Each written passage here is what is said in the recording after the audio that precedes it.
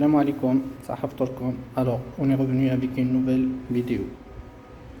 Cette fois-ci, on va parler sur la prise en charge thérapeutique, donc essentiellement symptomatique de l'hypercalémie, l'une des urgences donc, les plus extrêmes et les plus fréquentes aux urgences qui doit être connue par tout médecin et non uniquement par tout urgentiste. Parce que parfois, quand on a des signes électriques, ça devient une extrême urgence où on n'a pas donc le temps de demander un AV spécialisé.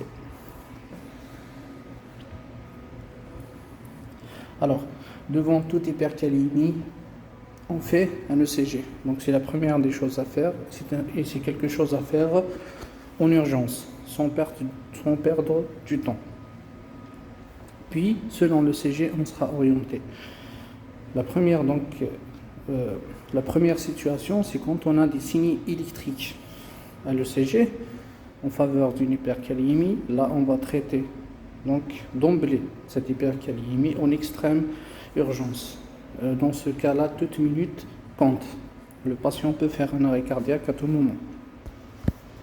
Alors pour les signes électriques, on a principalement donc au début, on aura des ondes de T qui devient ample, symétrique, à base étroite. Puis on aura donc des QRS qui vont devenir larges. Puis on aura un BAV de premier degré, c'est-à-dire un élargissement de l'espace PR.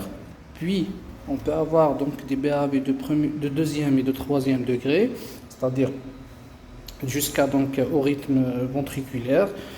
Puis à l'extrême, on peut avoir donc ce qu'on appelle le rythme sinusoïdal, c'est-à-dire les ondes de T et les QRS qui sont très larges vont former un rythme qui ressemble à un sinus, donc au rythme sinusoïdal. Donc voilà, comme ça. Alors, dans ce cas-là, on va traiter sans perdre du temps. Surtout quand on a donc quand on a ce dernier, le rythme sinusoïdal. Donc le patient il est à quelques secondes, donc de quelques secondes à quelques minutes de son arrêt cardiaque. Puis dans la deuxième situation, c'est quand on a une hypercalémie sans signe électrique. Là, donc on va voir selon le contexte. Si c'est une hypercalémie importante, par exemple à 7, 7,5, et un patient qui est réellement à risque donc, de faire une hypercalémie, c'est-à-dire un patient qui est en insuffisance rénale, un patient donc, qui a pris... essentiellement, c'est des patients qui ont un problème rénal. Là, on va traiter et on va faire un ionogramme de contrôle. Si c'est un patient qui n'est pas réellement à risque d'une hypercalémie, c'est-à-dire c'est un patient qui est venu pour une autre raison, puis on trouve donc une hypercalémie, par exemple à 5,5, 6, d'une façon, donc en quelque sorte au hasard, là, on peut se permettre de refaire un ionogramme, mais à condition que l'ECG soit normal. Parce qu'il y a ce qu'on appelle les fausses hypercalémies. Essentiellement, c'est quand on fait un ionogramme sur garrot ou quand l'ionogramme tarde au niveau du labo avant qu'il soit analysé. Mais surtout, il ne faut jamais penser à une hypercalémie, à une fausse hypercalémie sans faire de CG. On élimine d'abord un trouble du rythme en rapport avec une hypercalémie, puis on peut se permettre de refaire l'ionogramme pour confirmer qu'il s'agit réellement d'une hypercalémie.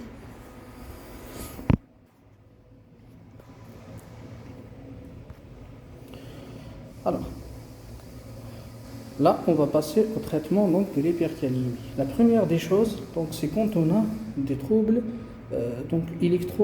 des troubles électriques à l'ECG. Là, la première des choses à faire, donc, c'est d'administrer le calcium à raison d'une ampoule sur 10 minutes. Il faut savoir que le calcium n'est pas donc, ne fait pas baisser la kaliémie, mais plutôt c'est un traitement qu'on appelle stabilisateur de membrane, c'est-à-dire il va donc lutter contre les troubles électriques induits par le potassium d'une manière temporaire, donc sur une durée de 30 à 60 minutes. En quelque sorte, c'est un traitement donc qui nous permet de gagner du temps en attendant que les autres traitements agissent. Il faut savoir que le calcium existe sous deux formes. On a donc le chlorure de calcium et les gluconates de calcium.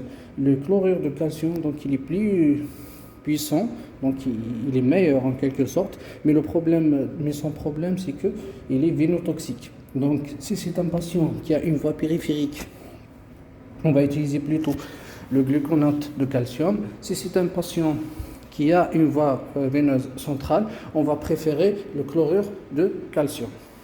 Il faut savoir qu'il agit généralement au bout de 3 minutes d'administration, puis au bout donc de 5 minutes, si les troubles électriques persistent, on peut réadministrer une deuxième dose.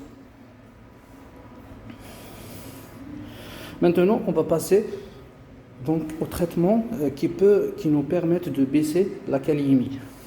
Donc la première et la plus connue, donc c'est l'insuline glucose. Là, donc c'est un traitement, ce qu'on appelle donc ils induisent donc le transfert du potassium du secteur extracellulaire vers le secteur intracellulaire. Donc c'est l'action de l'insuline. Et bien sûr, on administre le glucose concomitant avec l'insuline pour éviter une hypoglycémie. Donc il faut savoir que lorsqu'un patient présente une hyperkaliémie avec une hyperglycémie, on va juste administrer de l'insuline seule. Il y a plusieurs protocoles, donc on peut par exemple proposer le protocole par exemple de 250 ml de J10%, du glucose est à 10%, plus 5 à 10 unités d'insuline par exemple. Et ça dépend donc les protocoles des services. Donc puis la deuxième arme, c'est ce qu'on appelle les bêta-2 mimétiques, le salbutamol essentiellement, il y a aussi donc les terbutaline bien sûr. Donc, elles peuvent être administrées en nébulisation qui ressemble donc au traitement d'une crise d'asthme, c'est-à-dire 1 cc donc de salbutamol plus 3 cc de sérum salé en nébulisation, à renouveler, c'est possible de les renouveler, ou bien une administration au IV. On préfère donc l'administration par voie donc en aérosol parce que donc il y a moins d'effets cardiovasculaires. Il faut savoir donc que c'est un traitement à éviter chez les coronariens parce que donc la tachycardie induite peut donc précipiter donc l'apparition d'un syndrome coronarien ou autre. Puis donc la troisième arme qui est rarement utilisée, donc c'est ce qu'on appelle les bicarbonates de sodium. Alors les bicarbonates de sodium n'ont pas réellement leur place dans le traitement de l'hyperkaliémie, sauf dans certains cas, quand par exemple l'hyperkaliémie est associée à une acidose métabolique donc sévère. Là, on peut se permettre donc de mettre un peu de bicarbonate de sodium afin donc de traiter l'acidose. Donc l'acidose elle-même le traitement de l'acidose va lui-même donc agir sur donc en baissant la kaliémie d'une manière donc par le même mécanisme. Donc c'est un mécanisme de transfert. Il faut savoir donc ces trois-là, donc l'insuline glucose, les bêta-2 mimétiques et les bicarbonates de sodium, ils induisent donc ils diminuent le potassium en induisant un transfert du potassium du secteur extracellulaire vers le secteur intracellulaire. On va passer maintenant à ce qu'on appelle donc les résines échangeuses d'ions, au plus connu donc sous le nom de caïxalate, administré que ce soit par voie donc orale à raison de 30 à 60 grammes par jour, ou bien donc des lavements rectales de 100 à 200 mg, de 100 à 200 grammes lorsque la voie orale ne peut être utilisée. Il faut savoir que les lavements rectales est à éviter au maximum quand on peut utiliser donc la voie orale parce que ça peut induire des colites, notamment chez les enfants. Alors donc il faut savoir que le Kayxalate il ne diminue pas donc il ne diminue pas le potassium dans l'organisme, mais plutôt il diminue l'absorption du potassium qui sera ingéré.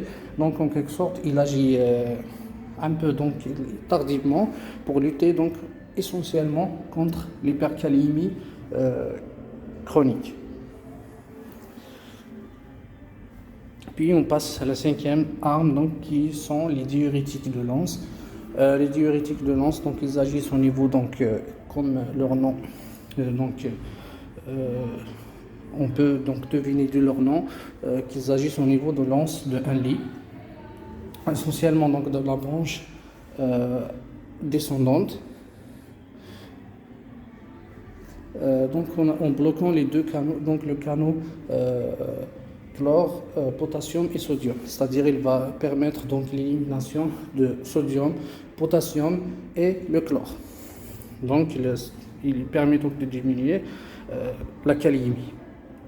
Mais il faut savoir que c'est un traitement à éviter donc chez les patients qui présentent une déshydratation, parce que ça peut diminuer le potassium, mais ça va aggraver la déshydratation, voire induire un état de choc chez ce genre de malade. Puis on va passer à la dernière arme, qui est donc la plus efficace, bien sûr, c'est l'épuration extra-rénale, mais qui est généralement non disponible sur le champ.